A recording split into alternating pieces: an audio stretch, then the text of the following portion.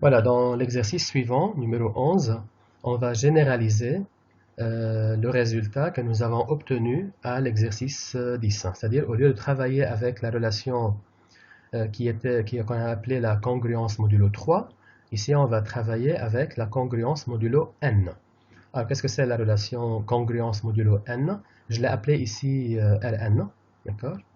Et donc, elle est définie comment? Elle est définie sur l'ensemble Z, comme ceci. X Rn y, si et seulement si, x moins y est un multiple de n. Dans l'exercice précédent, on avait x moins y est un multiple de 3. Et on avait obtenu trois classes d'équivalence qui sont 0 bar, 1 bar et 2 bar. Alors, dans cet exercice-là, on va étudier cette relation d'équivalence et on va démontrer que modulo cette relation d'équivalence, l'ensemble, enfin les éléments de Z sont répartis exactement en n classes d'équivalence qui sont 0 bar, 1 bar jusqu'à n-1 bar. C'est-à-dire l'ensemble quotient Z par cette relation d'équivalence Rn est formé par n classes d'équivalence qui sont 0 bar, 1 bar jusqu'à n-1 bar. Bien. Dans la première question, on va démontrer que c'est une relation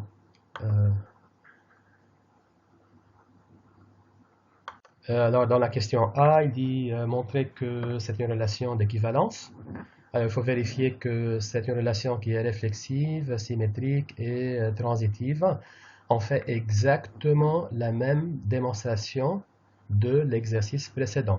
La seule différence, c'est qu'au lieu de 3, on a ici n. Donc, la congruence modulo n, elle est réflexive, elle est symétrique et elle est transitive. Question B, il dit démontrer que si x et y sont deux éléments différents dans Z, c'est-à-dire si x est différent de y, alors il faut démontrer que x bar est différent de y bar.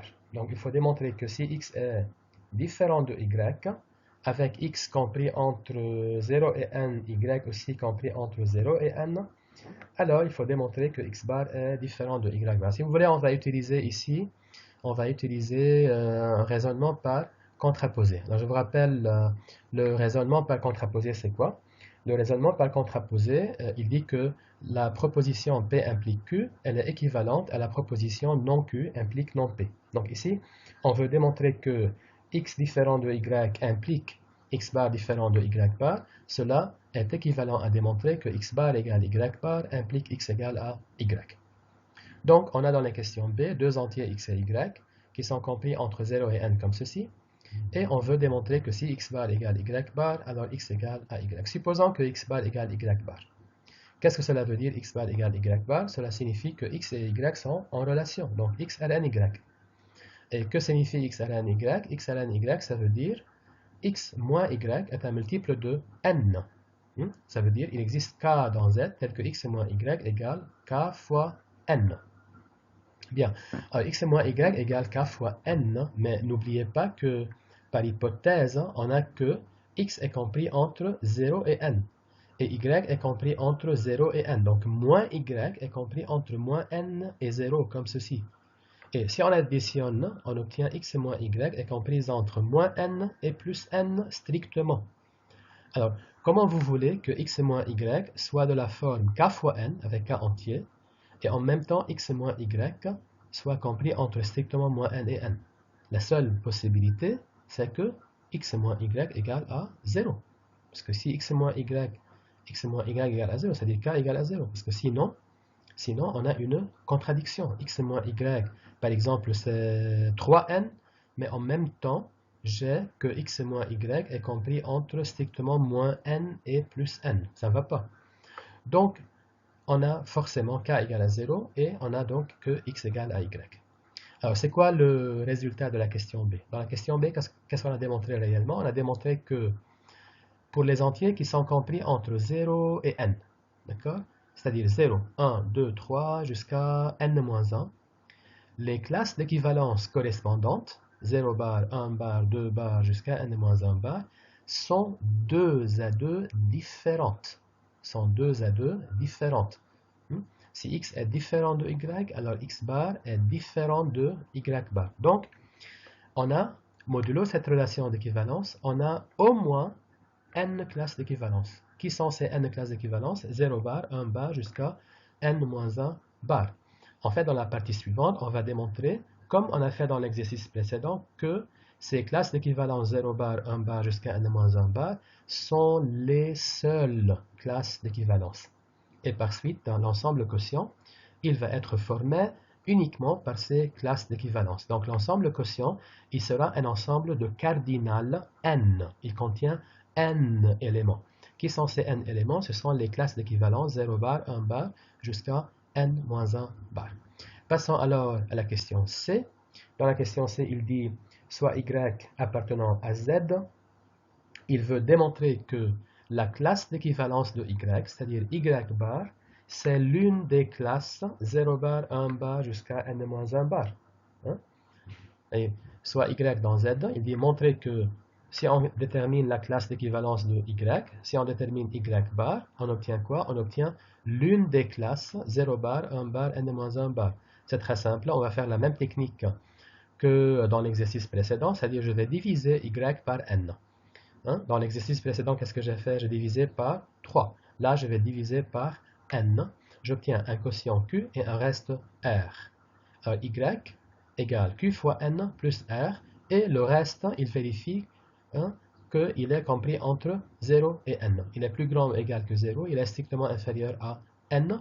Et on a donc que y moins r, c'est q fois n. C'est-à-dire y moins r est un multiple de n. Donc y moins r appartient à nz. Ça veut dire y est en relation avec r. Y Rn r. Et lorsque y est en relation avec r, vous savez que y bar c'est égal à r bar. Donc, qu'est-ce qu'on a démontré dans la question C? Quel que soit y dans z, y bar c'est r bar, qui est r, c'est le reste de la division de y par n. Donc, r prend au maximum n valeurs, hein, qui sont 0, 1 jusqu'à n-1. Alors, la question suivante, la question D, dit déduire l'ensemble quotient. Alors, dans la question B et dans la question C, on a démontré deux choses. Dans la question B, on a démontré que les classes d'équivalence 0 bar, 1 bar, n-1 bar sont 2 à 2 différentes. Dans la question C, on a démontré que pour tout y dans z, y bar, c'est l'une de ces classes, c'est 0 bar, 1 bar, n-1 bar. Donc, cela veut dire que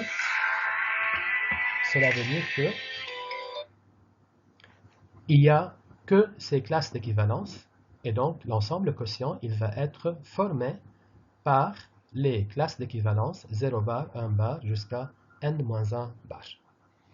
Donc, en conclusion, l'ensemble quotient noté z sur Rn, il est noté z sur nz. Hein, généralement, on note ça z sur nz. Et rappelez-vous très bien de cette relation. La congruence modulo n, c'est une relation qui est extrêmement importante. On va l'utiliser sans arrêt en deuxième année, surtout en arithmétique. En fait, cette relation binaire est la base de tout ce qui est arithmétique dans Z. Toutes les notions arithmétiques dans Z, hein, tout ce qui est PGCD, PPCM, nombre premier, tout ça, toutes ces notions-là sont basées sur cette relation binaire appelée la congruence modulo n. Ok? Donc, revenons à la question D. L'ensemble quotient Z sur Rn, il est généralement noté Z sur nz. C'est un ensemble fini. Il contient n éléments. Qui sont ces n éléments? Ce sont les classes d'équivalence 0 bar, 1 bar, n-1 bar. La question E, un exemple concret, Z sur 6Z, il est formé par les éléments 0 bar, 1 bar jusqu'à 5 bars.